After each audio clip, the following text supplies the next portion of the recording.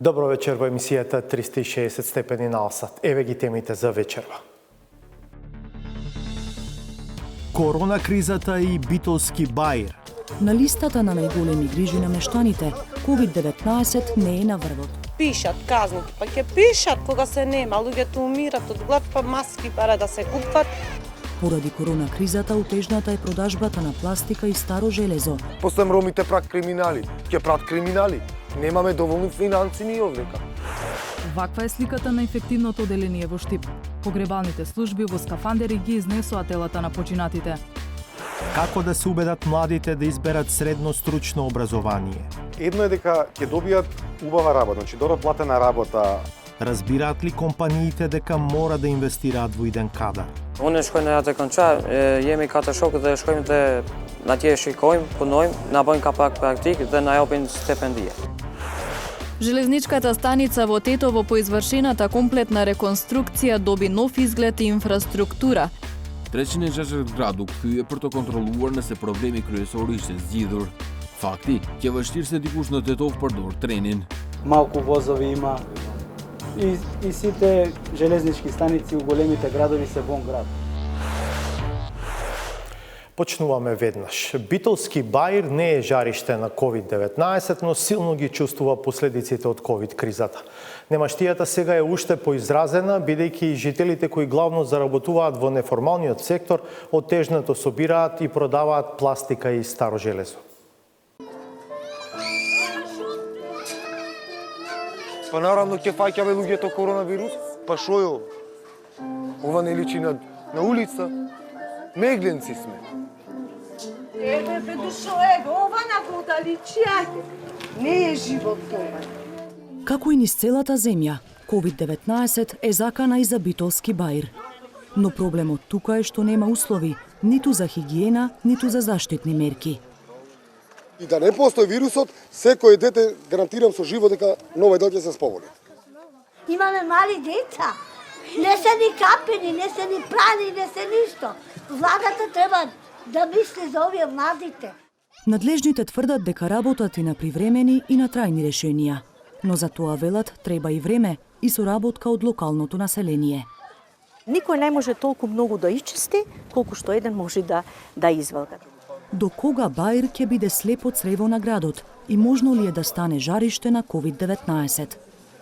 Петар од корона ќе дојде овде, да верувате. 1 километар заштитна ограда, која е прва од овој тип во земјава, од Летово се протега долж магистралниот пат Приле-Пресен. Жителите од околната населба веќе немаат лесен пристап до патот, кој често го блокираа со купишта ѓубре, во знак на револт од условите во кои живеат. Новата инвестиција беше најавена како решение за безбедносниот и еколошкиот проблем во оваа населба. Зидот е изграден, но се околу него остана исто. Познатата ромска населба Баир се наоѓа само на 2-3 километра од центарот на Битола.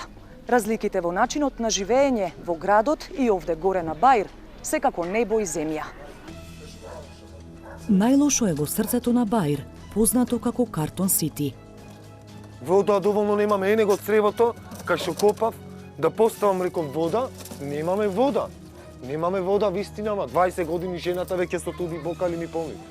После не капени ќе бидеме, па нема да бидеме капени, ќе фаќаме болести. Не еднаш кој ајме денот последна недела сме гладни дома. Оти, што каму ти државата не се буни за нас. Со диви приклучоци на градските мрежи се црпи и вода и струја. Него кабело, ја кај ми. Него, од кај комшите земам струја. Навечер ќе ме пуштат за една сијалица само, ова време немам струја. Тука не досега ни канализационата мрежа. Пооколу импровизираните живеалишта течат потоци од фекалии, а во нив и дел од ѓубрето, кое гние или гори по дворовите. Брината ги бираме, не ги црвија ќе фатат. 2 арали колкави се, полни се, немојме да се ги фрлиме ѓубрината. Ги збираме тука со купој, децата фаќат, со раците, со тие децата со тие деца, со тие рачи на лепче јадат. Ќе се инфекцира, ќе се споболува, нормално ќе се споболува децата. На листата на најголеми грижи на мештаните, COVID-19 не е на врвот. Жителите носат маски само кога одат во центарот на Битола, колку да избегнат казни. Па после пишат казни, па ќе пишат кога се нема, луѓето умират од глад, па маски бара да се купат. Пари во Баир има се помалку. Поради корона кризата утежната е продажбата на пластика и старо железо, што е главен извор на екзистенција за голем дел од жителите. Тоа е семеен бизнис и на семејството на Реджеп Вейсел. Во работата помагаат и најмалите, за кои онлайн образованието е абстрактен поим. Сега кога ќе фати полициски час, кај ќе одиме ние да му снабдиме нови деца? Каде? После да излезам јас на работа, ќе ме фатат. Име, презиме, казна, маска, ти бара тоа, ти бара тоа, ти бара што ќе правиме? После ромите прак криминали, ќе прават криминали. Немаме доволни финанси ни овдека. Во недостаток на приходи од легални дејности, подолните делови од Баир се познати и по нелегални активности. За најопасна важи населбата петочна вода. Но од што и да се заработува, проблемите на локалното население и тука се исти. Ми овде сум веќе 30-40 години. Од дете сум овде. Пораснав без вода, без канал. И така пораснавме. И сега и децата ни останаја така.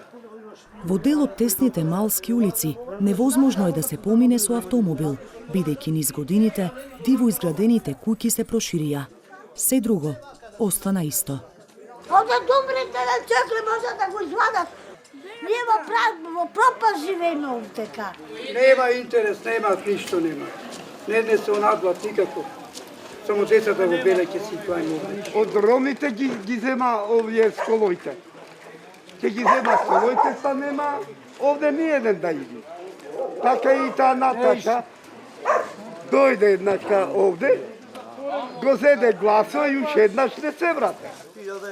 По првите рестриктивни мерки за заштита од COVID-19, голем дел од жителите останаа без никакви приходи. Главна помош беа донациите од нивни иселеници или од невладиниот сектор. Но резервите брзо се потрошија.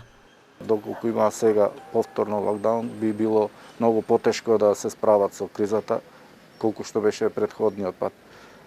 Сметам дека треба државата да има некои мерки кои што директно ќе бидат насочени баш конкретно кон ова категорија на граѓани. За проблемите со Баир свесна и градоначалничката Наташа Петровска, која тврди дека општината помага со донации и со акции за чистење.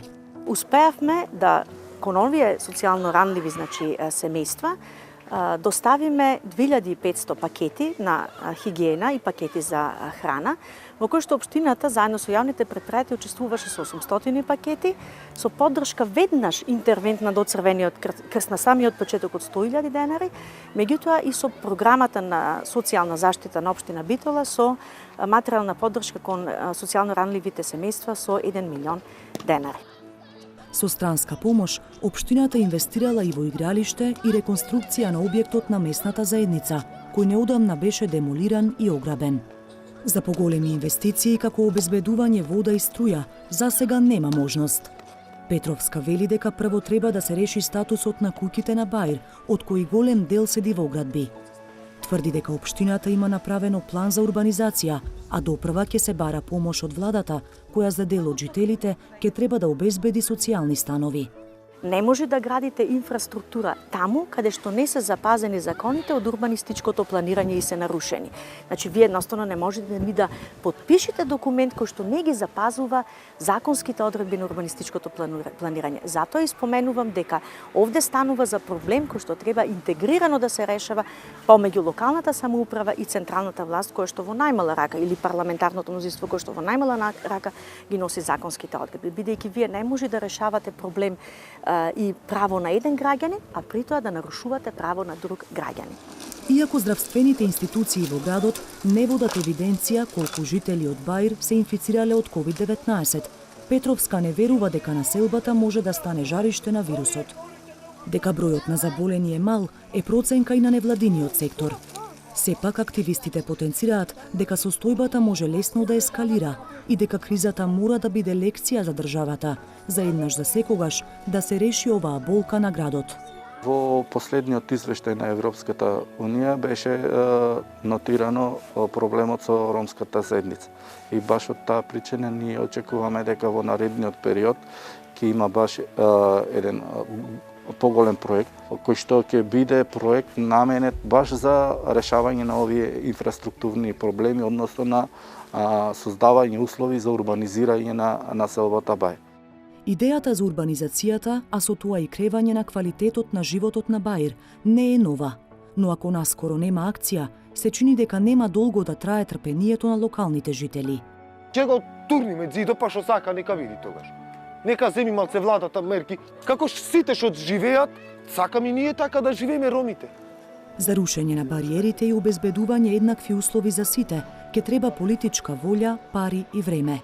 До тогаш, илјадници граѓани ќе останат на другата страна, каде не допираат никакви правила, па ни за COVID-19. Со пополнувањето на болничките капацитети во Скопје за време на актуелниот бран на коронавирусот, голем дел од товарот за лечење на болните паѓа на локалните ковид центри.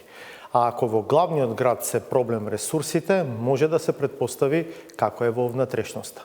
Слика од Тетово, Штип и Струмица. Со болничко возило, пациентот Струмица се препраќа во Скопје со влошена клиничка слика. Семејството најмалку што сака е да зборува пред камера. Услугата нема проблем, ама за персонал нема. Во Струмичката болница е раздвижено од рано наутро. Некои чекаат прием во амбуланта за преглед. Чека се.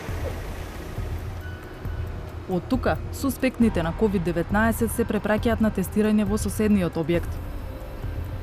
И двете места служат за хоспитализирање на пациенти болни од COVID-19.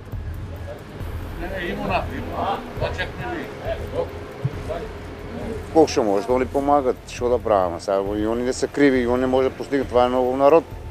Тука го сопреат мојата мајка, го сопреат у болницата и го чекам сега тука да видим како резултатот, дали е порно, дали не е порно. Учера не сме дожели да видиме и така. Тука лежи? Лежи тука у болницата, да. Со COVID? Да. Од 8 сати чекам ја и в гужба и не може се да завршиме работа. Зашто сте дојде? Ја сум тестиран да го земам нели резултатот и да ми кажат, вика чекайте, вика ќе излеземе вонка, вика ќе ви кажа. Струмичката болница има на располагање вкупно 44 кревети за болни од COVID-19. Во моментов исполнете 90% од капацитетот. За Скопје се препраќаат само екстремно тешките случаи. Од возниот парк само 2 возила се исправни за да може безбедно да се пренесат пациенти до главниот град. Есенскиот бран неколкукратно го зголеми бројот на активни случаи во Струмица. Ако на средината на септември имаше 108, заклучно со викендот бројот на активни случаи сега е 613, што е за 6 пати повеќе. Директорот на болницата, Наке Гогов, е разочаран што Струмица од регион со релативно малку болни, есенва стана жариште. Ударот од зголемениот број заразени паѓа на грбот на медицинскиот персонал, вели тој. Затоа бара разбирање за чекањето. Персоналот е изморен. Затоа ние сакаме помош, бараме помош и од другите градови кои што можат да ни помогнат со медицински персонал, како предмалку што имавме помош од клиника, инфективна клиника, професор беше од пулмологија, беше доктор и сега пак имаме од Велес колешка, кој што е на помош на нашите доктори. Ние моментално во нашето одделение, инфективно одделение, имаме 3 инфектолози, 2 секунданти. До крајот на август некако се справувавме со тој персонал. Меѓутоа сега веќе од септември, октомври до сега персоналот е потребен како за доктори, така и медицински сестри. Примероците од ПЦР тестовите Струмичката болница ги праќа на анализа во Ману. Тоа значи дека резултатот се добива најрано следниот ден. Бројот на новозаболени активно се следи и ако тој не стивне, план Б е уште еден кат од болницата да стане ковид центар. Но зградите не ги лечат луѓето. Кога би го отвориле првиот спрат од новиот крак, ќе имаме проблем со персоналот. Како доктори, така и сестри. Оти некој треба да биде со пациентите таму. Ние од другите одделенија сестри ги регрутираме во ковид центарот за да може да и имаме доволно персонал за да функционират како ковид центри доле. Центри, тоа се нашите услови за работа.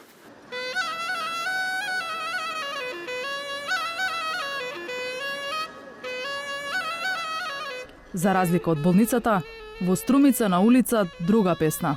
Маски зашто не носите? У джебу не се ставам. И па зашто сега не ја? Сега ќе ставам, само ќе излевам.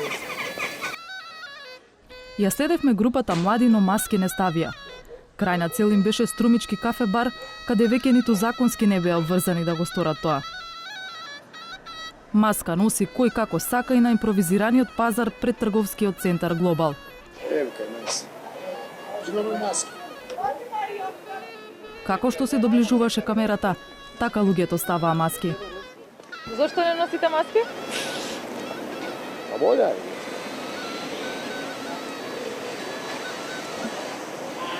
Зошто не носите маска?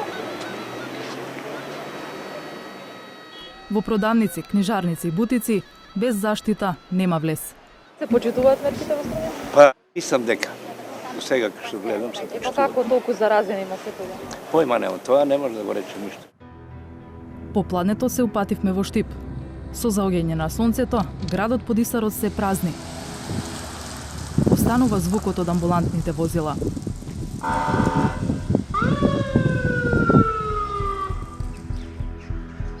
Ваква е сликата на инфективното оделение во Штип. Само дента 2 пациенти ја изгубија битката со вирусот. Погребалните служби во скафандери ги изнесоа телата на починатите.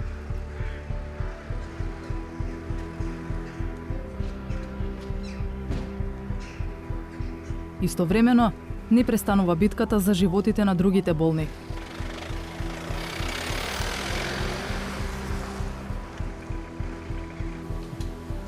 Пациенти кои со недели се хоспитализирани, наоѓаат алтернативи за да земат и вратат работи што им ги носат најблиските, зашто посети не се дозволени. Мога маки нема да преснеме да се плакаме да очи. Работа човек се по 3 смени, гледам. И за тоа маките нема. Во амбулантата и се тестираат и се прегледуваат сите сомнителни заразени со коронавирусот. Штип е ковид центар за цела Источна Македонија, но и одовде тестовите се препраќаат за анализа во Ману. Дел од пациентите доаѓаат тука за терапија и за да се утврди дали е неопходна хоспитализација или ќе продолжат да се лекуваат дома. Мора да се чека, ситуацијата таква, многу пациенти не можат сите наеднаш да не прегледат. Сега по втор пат не сум тестирана, уште прием терапија. А кога се ве тестираа претходно? Па пред 20 дена. Штип стана актуелен во јавноста деновиве по случајот со починатата 41 годишна пациентка, чие семејство обзнани дека жената попусто молела за кислород кај персоналот. Директорот вели дека целосен извештај за ситуацијата е испратен до Државниот санитарен и здравствен инспекторат и се чека стручните лица да дадат последната оценка. Инфективното оделение е полно во моментов и со пациенти и со кислород. Штип е меѓу најпогодените места од COVID-19 во последниве 2 месеца. Од средината на септември, кога имаше само 63 активни случаи, бројката е зголемена за 8 пати, па сега има 537 активни случаи. Во Тетово не затекнавме метеж. За прв пат наидовме на пациент упатен од Скопје во друг град. Во случајот, пациентка дошла од главниот град за ковид тест. Земањето бриз од нос и грло траеше само неколку секунди, но на тестирањето му претходело чекање со денови за да се закаже термин. Чекав отприлика околу недела дена матичниот лекар да ми закаже. Значи, јас сум од Скопје, меѓутоа доаѓам тука во Тетово, бидејќи најверојатно матичниот тука нашол термин. Останатите граѓани кои дојдоа да се тестираат не беа расположени за разговор. Тетовци имаат опција за тестирање во Центарот за јавно здравје. Позитивните на вирусот за кои матичниот лекар ќе процени дека треба хоспитализација, се препраќаат во клиничката болница. Ковид центарот располага со 82 кревета, а засега е половично пополнет со пациенти. Болните се сместуваат на 2 ката на интернистичкиот блок и на инфективниот оддел. Скоро сите се со коморбидитет. Имаат и операции, имаат со стентови. Има еден пациент, млад пациент на 39 години, кој дали случајно има анемија и кај него е, значи, ситуацијата е тешка. Болните ги лечат 5 инфектолози, а од интернистичкиот дел на располагање се уште 22 лекари. Доктор Нуредини засега не се жали ниту на квалитетот, ниту на квантитетот на персоналот, иако не сите со леснотија го прифатиле предизвикот. За медицинските сестри тоа не е проблем, оди тие се обучени за тие основни параметри, но нормално тамо треба да имате наводници јако срце, да речам, оти гледате пациент на кислород, кај нас се сите тешки пациенти со кислородна поддршка. Доколку напливот на пациенти продолжи, се планира и цела педиатрија да стане ковид оделение. Има план и за уште поцрни сценарија. Другиот чекор е затварање на мој термин и фокусот ќе биде на ковид пациенти, а во иднина цела клиника ќе се ангажира само за ковид пациенти или за итни пациенти. Трендовите се загрижувачки и во Тетово. Од 170 активни случаи во средината на септември, за 6 пати е зголемен напливот на заразени, па сега изнесува 1004 активни случаи. Блок рекламни пораки по кој продолжуваме со следните теми. Навенце на Джаше 3 трени ушвашни на Джаше 2 кашлуќи олтарот на стациони еколорите Тетовос, мунта нисешин për në Shkup me 15 minuta vonesë. Ka shumë udhëtar që janë shumë pa kulturë edhe nuk e mirë mbajnë. I ngrejnë kompnat, shkelin, i fshin patikët. Ajo nuk banë, se na çdo ditë turtojmë i pol dhe njëri të thotë pse ai thotë nuk ka e joqja edhe kështu. Како да се убедат младите да изберат средно стручно образование? Едно е дека ќе добијат убава работа, значи добро платена работа. Разбираат ли компаниите дека мора да инвестираат во иден кадар? Unë shkoj në atë kontra, jemi 4 shokët dhe shkojmë dhe atje shikojmë, punojmë, na bëjnë ka pak praktik dhe na japin stipendie.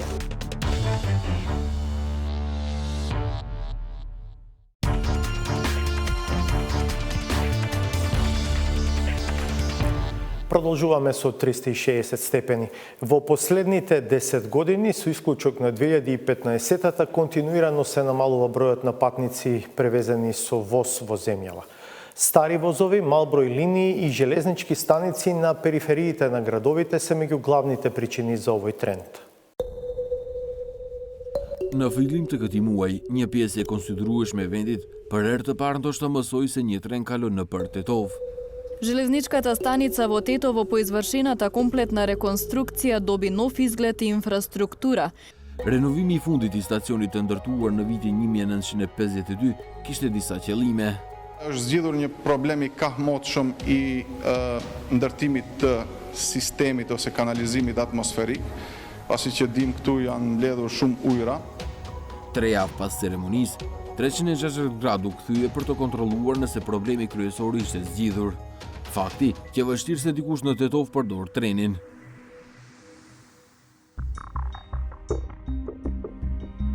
Nga Tetova me tren mund të udhtohet në 2 drejtime, për në Shkup dhe Kërçov.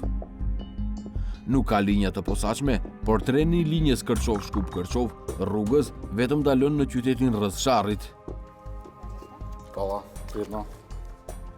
Herët në mëngjes ka vetëm një tren, i cili në Tetov ndalon në orën 6:30. Edhe pse para disa jave u rekonstrua dhe për këtë stacion hekurudhor u shpenzuan 7.3 milion denar, siç po e shihni, në ambientet e stacionit hekurudhor në Tetov nuk ka aq shumë udhëtar, edhe pse një numër i madh i të punësuarve në kryeqytet vijnë nga Tetova.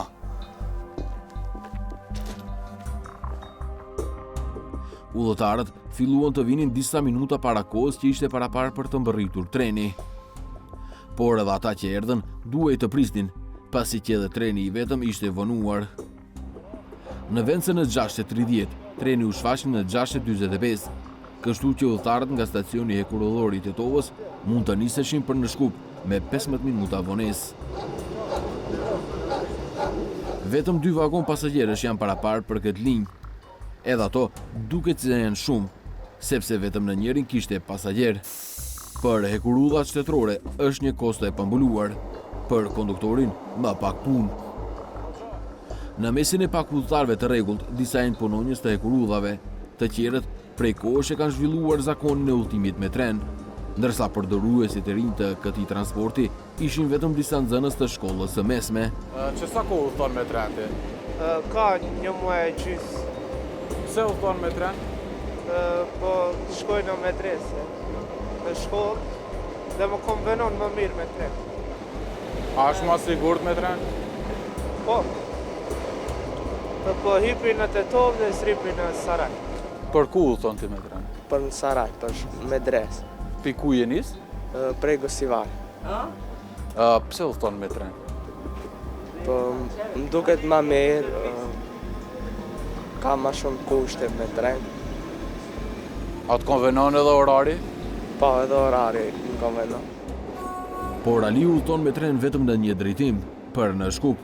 Nëse ai dëshiron të kthehet me tren në forin të Gostivarit, ai duhet të presë më shumë se 4 orë. Për Gostivar me kombi ose me autobus. Pse nuk ka linje trenit për... Po, treni është ora 5, duket, me autobus ora 1. Linja e mëngjesit për në Shkup duket se nuk është e popularizuar. Të paktën gjatë pandemisë, numri i vogël i udhëtarëve do të ishte i dëshiruar. Në vagon tregohet kujdes që gjithçka të jetë në përputhje me protokollet, edhe nëse ka më shumë pasagjerë. Poshtë njoftimeve për mbrojtje nga koronavirusi, është shënuar aty ku lejohet dhe ku nuk lejohet të ulet. Aliu dhe nxënësit tjerë arritën në Saraj, aty ku është edhe objekti i shkollës së tyre. Ne vazhduam për në stacionin hekurudhor në qendër të Shkupit. Treni është mjet transportues shumë herë më ekologjik se autobusi apo vetura, pasi që mund të transportojë më shumë pasagjerë dhe lëviz me energji elektrike. Edhe çmimi i biletës është më i lirë. Nga Tetova për në Shkup kushton 120 denar, ndërsa me autobus 130 denar. Por furgonët dhe disa autobus në vend tani ndalen kudo që kërkon pasagjeri. Treni nuk mund të bëjë këtë. Se a ka më pak udhëtar në linja tjera, e provuam me një udhëtim tjetër. Këtëherë, unë nisëm me linjën e pasdites nga Shkupi për në Kumanov. Bileti për këtë itinerar ishte edhe më lirë, vetëm 87 denar, që është më lirë se bileta autobusi që është 120 denar. Si do qoftë, në vagonat nuk ishte shumë pasagjerë. Shumica e tyre me të cilët biseduam thonë se tashmë një kohë të gjatë ju është bërë shprehit udhëtimi me tren. Pa dobro, ajde, 10 години сигурно. Зошто со воза, не со нешто друго? Па идеме, зависи кога како ќе фатиме автобус, зашто автобусите се сега поретки, идеме со воз. Дали ви е попријатно? Па да, може да се каже да и побрзо. Да? Да. Например, од Маџари до Делјадровци стигнуваме за 15 минути, додека со автобус идеме 50 минути. Unë udhtoj me tren se që punoj aty në stacion trenave. Edhe më i rregullt pa për mua. A ndihesh më i sigurt kur udhton me tren? Shumë më i sigurt. Më komod, më i sigurt. I rregullt në çdo ditë. Shenolli trenit si mjet transporti ka shfrytzuar qysh në shkollë të mesme. Të njëjtin e shfrytëzon edhe tani si i punësuar në restorant. Kur kam qenë në shkollë, une prej do me thonë fshatit tim ka pas shumë. Prej Aginosele, kur ka nis me hip, ka nejtë në kom deri në Shkup. Qatë sa ka pas udhëtar. Se dikur ka pasur dhe tani nuk ka udhëtar në trena, tregojnë të dhënat nga enti shtetëror i statistikave dhe hekurudhat e Maqedonisë. Rënja është katastrofike. Më pak se 10 vjet më parë, në 2011, kishte 1.4 milion pasagjerë. Në 3 vitet e ardhshme, numri i udhëtarëve u ul në 800.000 dhe u rrit shkurtimisht në 1 milion pasagjerë në 2015. Që atëherë, numrat bien përsëri që në vitin e kaluar për të pasur rreth 550.000 pasagjerë në trena, ose në më pak se 10 vjet, numri i pasagjerëve në trafikun hekurudhor është ulur gati 3 herë. Këtë vit, për shkak të Covid-19, do të jetë edhe më keq.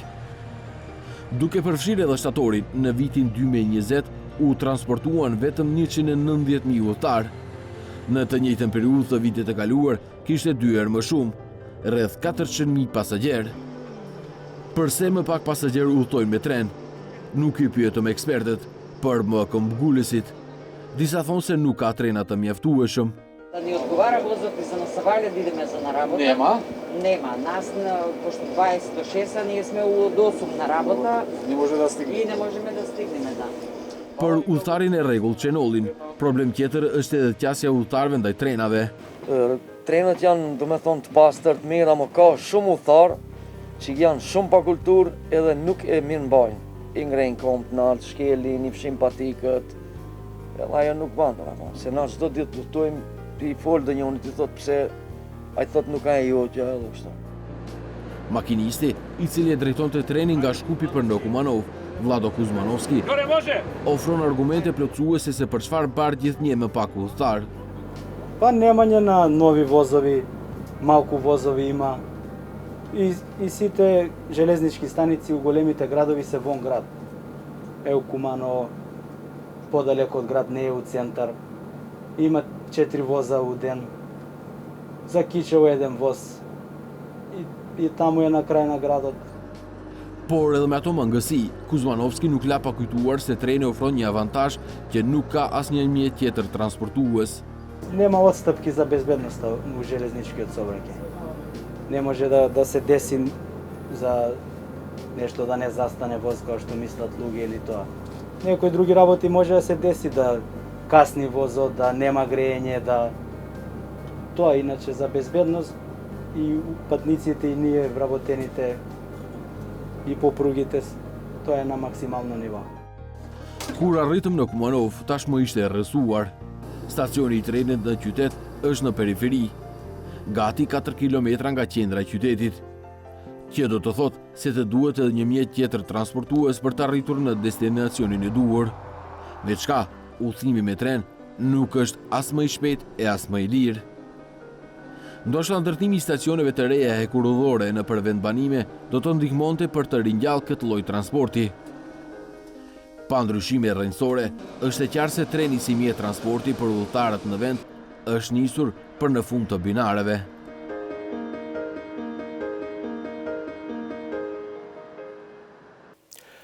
Како да се убедат младите да изберат средно стручно образование како влог во пристоен живот во иднина? Исто така како да се убедат компаниите дека мора да инвестираат во подготовка на идни работници? Во историјата што следува.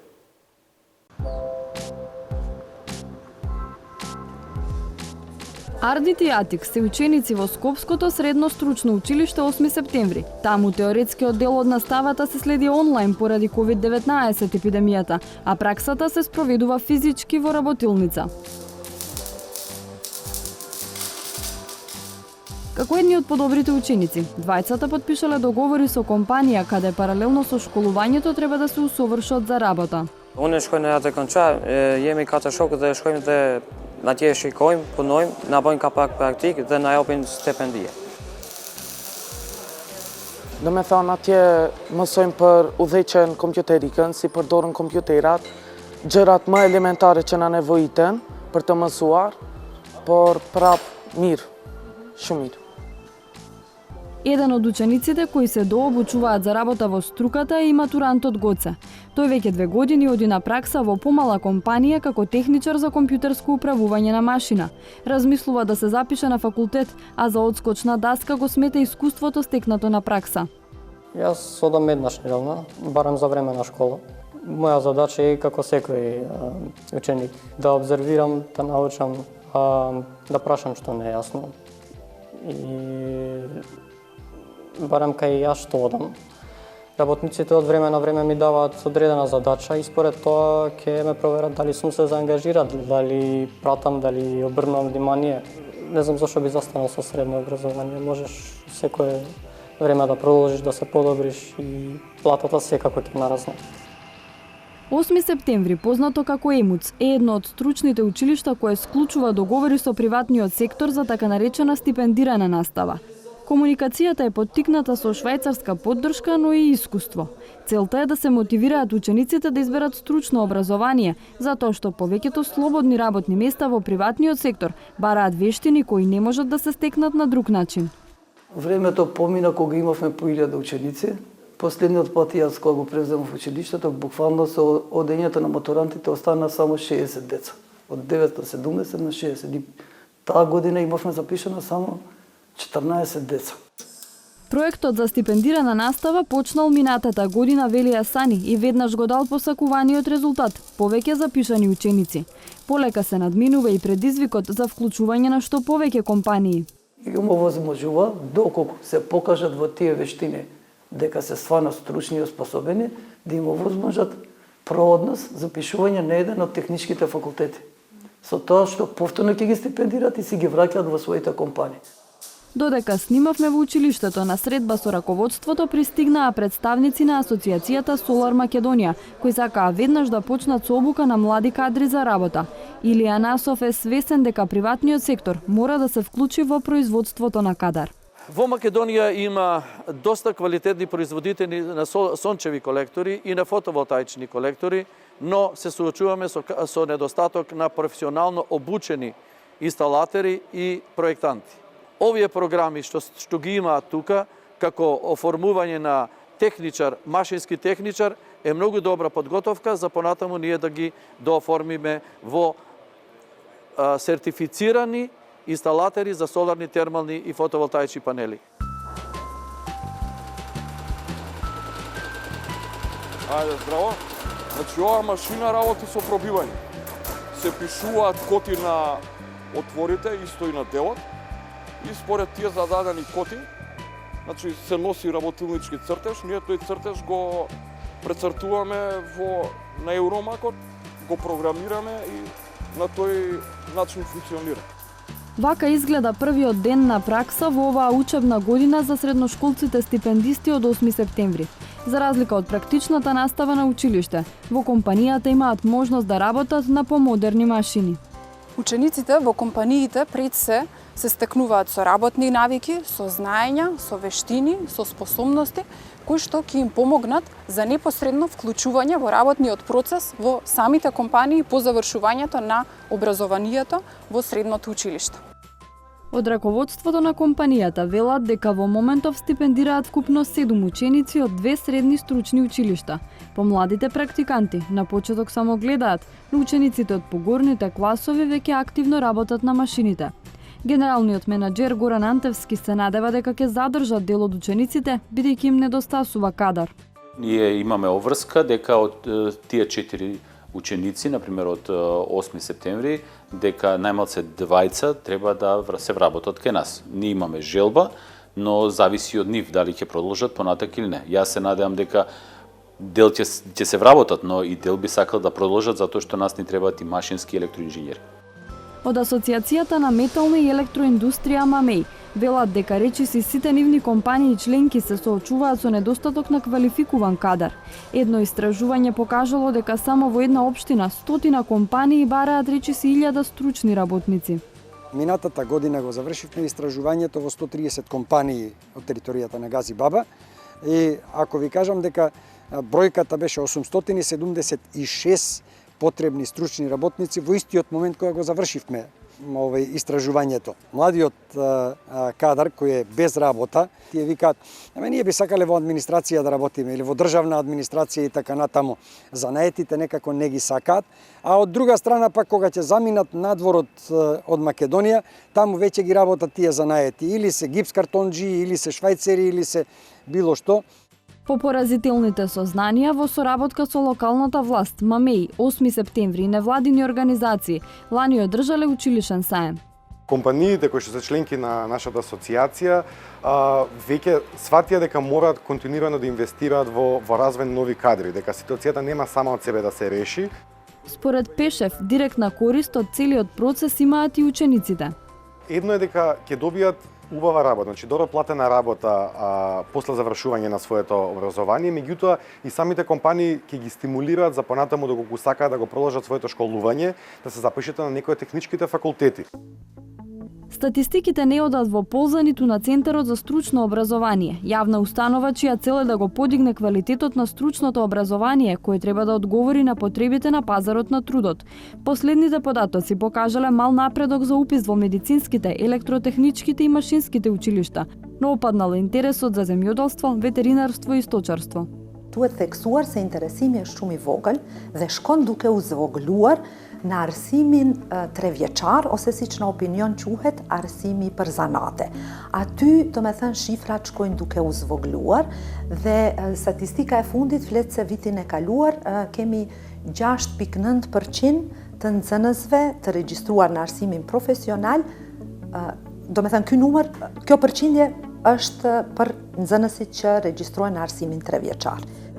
Палјоши смета дека треба да се работи на стручната ориентација кај учениците уште во основно и да се направи рационализација на стручните училишта низ државата. Nga që në Republikën e Maqedonisë së Veriut kemi një numër të madh të shkollave ku mësohet për kualifikime të njëjta e që ndoshta nuk kanë resurse të mjaftueshme për të trajnuar nxënësit. Kështu që kjo arrihet me ndryshimin e politikave arsimore për regjistrimin në arsimin profesional, politikë e cila do të bazohet në kërkesën dhe nevojën e tregut punës në një region të caktuar. Вака изгледа еден од најстарите саеми за вработување и стручна обука во Швајцарија, на кој секоја година учествуваат илјадници образовни институции и компании. Младите имаат можност на лице место да се запознаат со разни занаети и професии од многу области. Тоа е искуството кое веќе 2,5 години Швајцарија се обидува да го пренесе и во Македонија. One thing which is clearly visible is Switzerland on the level of secondary VET has much more practical skills to provide to the young people. Here in Macedonia, the young people have mainly theoretical lessons, but they lack the application of this knowledge in the practice. And this is hardly to provide in the state schools, in the VET schools. So that's also why we try to integrate the companies now also in the education process so that the young people in the frame of their education can go to the companies and learn on spot what this means and be prepared as a young worker when they finish. Меѓу најголемите предизвици е да се мотивираат младите да изберат стручно образование, вели Вутрех и додава дека има неколку причини за тоа. One is in the society still an understanding that my daughter or my son should go and have certainly a gymnasium and a university degree to be accepted in the society and to have a good career option. That's, for example, in Switzerland completely different. Even I personally started my career with a VET education as a carpenter, but I have all opportunities afterwards to come up to a PhD if I want to do. So I think we should better inform the people, the society, the parents about the career paths, and we should also enable that the young people, independent from where they start their career, academic, more practical, finally can switch to the other field because we need specialists at all levels of education, from PhD to the worker with very good hand skills. Недостаток на квалификуван кадар има и кај странските инвестиции во земјава. Костал во Охрид е една од фирмите која брзо сфатила дека самата треба да се вклучи во подготовката на идните работници. Таа соработка која имавме со швајцарската амбасада пред се би истакнал дека таа беше најлесно воспоставена и најмалку бирократски насочена од сите оние соработки што ми ги имале досега со слични организации. Во тај процес имавме во две групи вкупно 47 практиканти кои дојдоа на обука. Од тие 47 практиканти целта од самата таа обука и процес на доквалификација на кадрите имавме обврска 50% од нив да ги задржиме на работа. Во нашиот случај задржавме 80%. Еден од нив е и 26 годишниот Јован Чобујаровски. Тој не е стипендист од средно училиште, туку поминал обука за стручни вештини како неформално образование. Тука се произведуваат електронските делови за автомобилската индустрија кои ги произведуваме. Моментално работам на неколку производи. Тука имаме менувачи, брзински менувачи. Исто имаме модули за подесување на прозорци и ретровизори. На системско ниво, прашањето може да го реши само надлежниот владин ресор. Во Министерството за образование се свесни дека е потребна радикална промена во пристапот кон стручното образование. Кога дојдов како министерка во Министерството за образование, прашав на кој начин секоја година одобруваме отварање или неотварање на одреден профил во стручно образование. Вика по инерција. Како било лани, дополнително 10 училишта не беа воопшто верификувани. Велам како ќе издадат сведителство. Па во текот на годината ќе добијат сведителство. Значи дека целиот систем не функционирал на заедничко договарање на локално ниво кој профил ќе започне да се запишува во прва година во 2020 или сега еве 2021. Царовска најавува нов закон за средно образование и промена на уписната политика.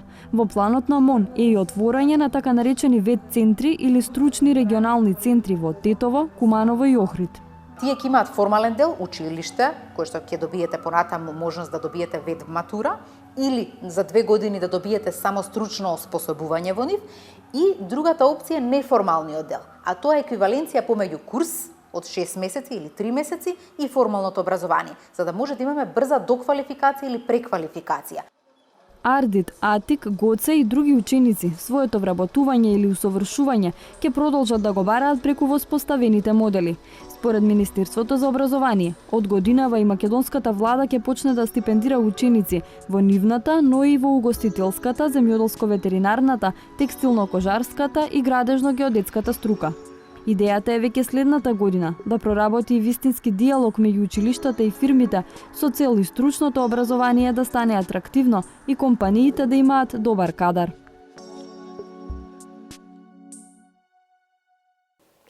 Уште една пауза, па саботажата. Бидете налсат.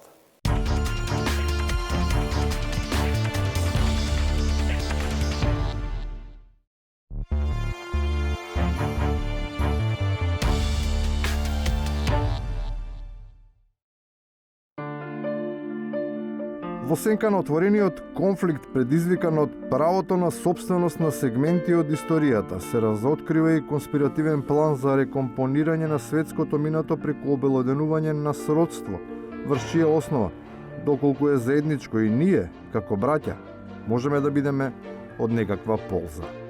Баварците произхождат од българите. Од каде е родинската врска с баварците? По същият начин и японският император Хирошито, когато този Живко беше на посещение там, е документирано, но се обърна към него братовчеде. Наспроти ширењето кон север и кон далечниот исток, други наши соседи го сеат своето семе низ Средоземјето. Имаат цврсти, се разбира од некого намерно бришани докази дека дури и на жителите под Пиринеите им е совршено јасно на кое племе му припаѓаат. Katalonci sada kažu mi smo poreklom Srbi. A u Lisabonu se pre 2 godine, kad su pitali znaju li svoje poreklo, 140.000 izjasnilo da znaju da su poreklom Srbi. I Portugalci su Srbi. Aha, Portugalija je na španskim mapama iz 9. veka, se zove Sarbija. Учени пак од нивните најблиски соседи се спуштаат подолу и минувајќи покрај Гибралтар, доаѓаат до светата земја, укажувајќи дека израелците немаат право да се нарекуваат така како што си замислиле. Се разбира, не спорејќи ја нивната географска локација или етнички идентитет. Туку не може да се сметаат себе си за избран народ, оти тоа право им припаѓа на други.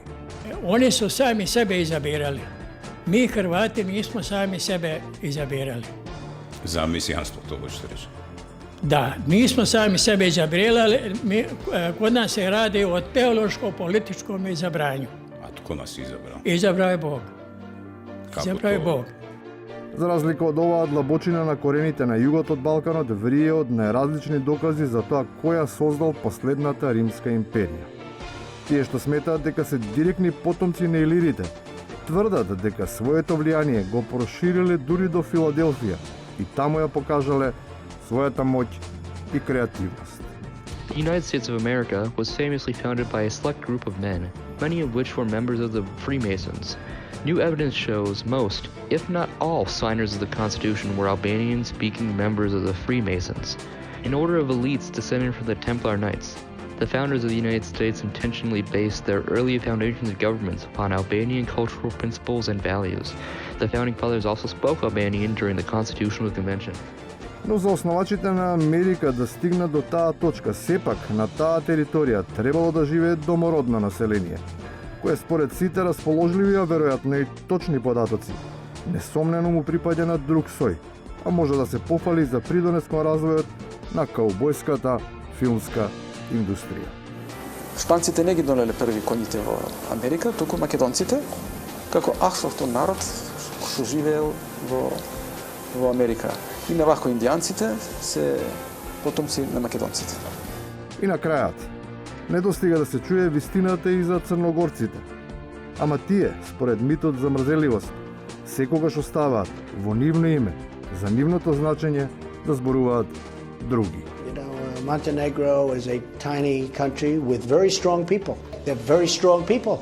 They're very aggressive people. They make it aggressive, and congratulations, you're in World War III. Балканот нема кворум за војна. Агресивни има, ама нема доволно луѓе.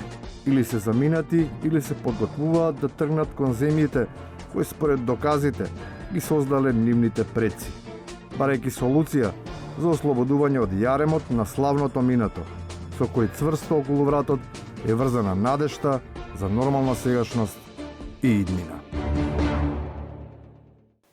Толку за вечерва. Пријатно до петок во 22.